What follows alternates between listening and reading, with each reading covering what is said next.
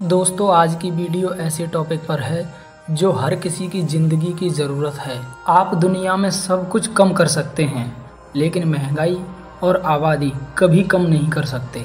इस वीडियो को बनाने के लिए मेरे दोस्त ने कहा था, इसलिए मैं इस वीडियो को बना रहा हूँ। महंगाई को कम नहीं किया जा सकता, लेकिन आप महंगाई से बचने के लिए क्या कर सकते हैं, बस यही मैं इस वीडियो में बताऊँगा।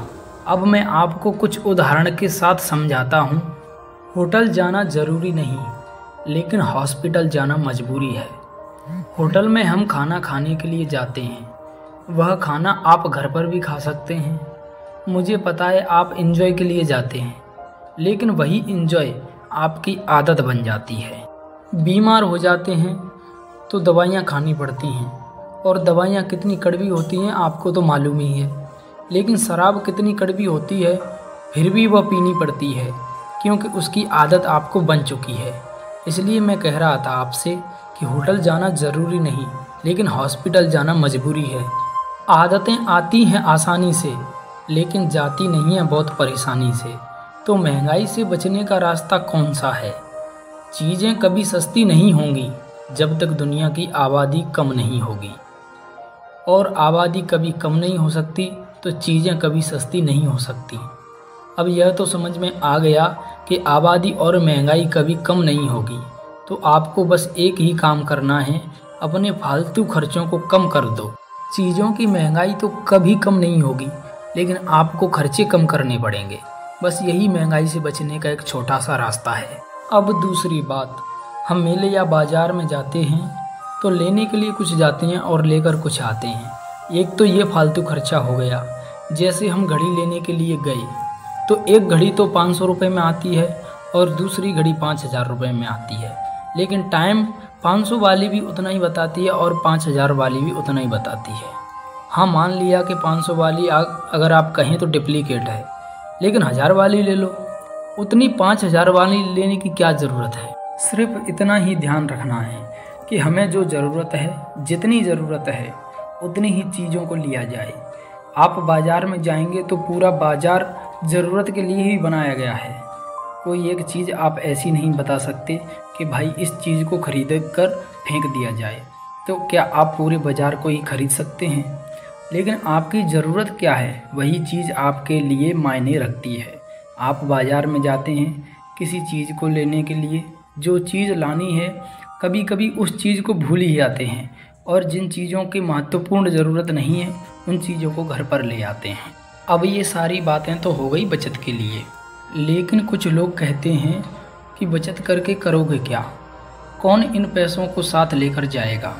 आज हम अपने बच्चों के लिए कर रहे हैं, फिर भी उन बच्चों को कभी ना कभी अपने बच्चों के लिए करना ही पड़ेगा। आज की कमाई हमारे बच्चों के लिए आगे काम नहीं आती है, तो क्या बच्चे घर पर ही बैठे रहेंगे? बच्चे घर पर बैठे नहीं रहेंगे। इसका कारण है, आज की कमाई कल काम नहीं आएगी। आज जो पैसा आपने कमाया है, उस पैसे से 2 साल बाद कोई चीज़ खरीदोगे तो वो उसकी कीमत दुगनी हो जाएगी। इसलिए आज जो कमा रहे हो, कल उसी पैसे से आप कुछ नहीं खरीद सकते, क्योंकि चीज़ खरीदने के लिए आपको और पैसे उसमें ऐड करने ही पड़ेंगे। इसलिए आज कमाया हुआ पैसा ऐसी चीज़ों में लगाओ जो आगे जाकर आपको काम दे और उस पैसे की बढ़ोतरी भी हो। लेकिन इतना तो करना ही पड़ेगा कि तुम्हारा बच्चे बुढ़ापे में खर्च उठा सकें, क्योंकि तुम्हारा बुढ़ापा आते आते बच्चों का खुद का अपना खर्च हो जाता है, यानी कि बच्चों का खुद का खर्चा बढ़ जाता है। बिना पैसे बचाए भविष्य कभी सुरक्षित नहीं होता। आपके पास खोने के लिए आज कुछ नहीं है तो कल पाने के लिए भी कुछ नहीं है, क्योंकि आपके पास पाने के लिए आज है और कल कुछ नहीं है। लेकिन आज आपके पास कुछ नहीं है तो कल भी आपके पास कुछ नहीं रहेगा। पैसा बचत करने के बाद हमारे अंदर एक हौसला उत्पन्न होता है। तुम्हारा एक्सीडेंट हो गया, तुम बीमार हो गए, किस पर पैसे मांगने के लिए जाओगे? और समय पर कोई पैसे नहीं देने वाला। इसलिए मैं कहता हूँ कि बचत बहुत ज़्यादा ज़रूरी है। अब यहाँ पर यह बात नहीं आती कि बचत कर कर लेके कहाँ जाओगे। तुम्हारे पास आज पैसे नहीं हैं तो मैं दावे के साथ कह सकता हूँ कि तुम्हारे अंदर उसी वक्त से निराशा उत्पन्न हो जाएगी। अगर तुम्हारे लिए कोई कहीं से 1000 या 2000 या 5000 रुपये दे देता है तो तुम्हारे चेहरे पर थोड़ी ना थोड़ी तो खुशी आती है। तुम्हारे पास जेब में जो पैसे हैं अगर वह गिर जाएं या कहीं खो जाएं तो तुम्हारे अंदर से निराशा अपने आप दिखाई देगी। मैं यह नहीं कह रहा हूँ कि पैसे ही सब कुछ हैं, लेकिन पैसे की जगह पर और कोई चीज़ मायने नहीं रखती है, और जहाँ जो चीज़ मायने रखती है वहाँ पर पैसा कोई मायने नहीं रखता।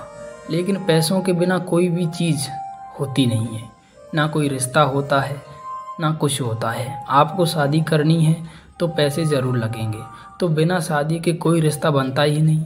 शादी के बाद सभी रिश्ते शुरू होते हैं। आप रिश्तों में जो भी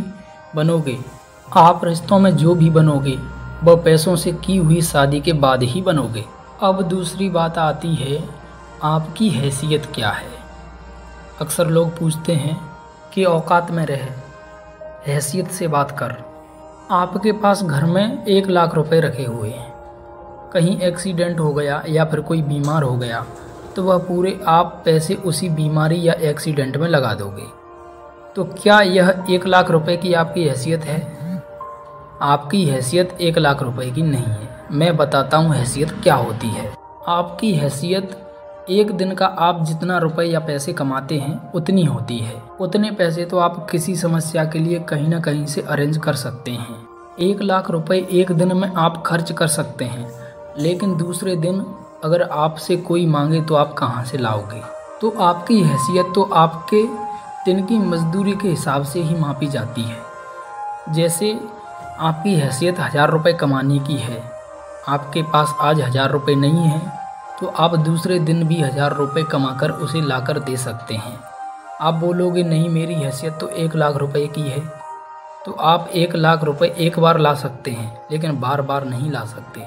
जितना आप एक दिन में कमाते हैं उतने पैसे तो आप बार बार लाकर दे सकते हैं। बस यही हैसियत की परिभाषा है।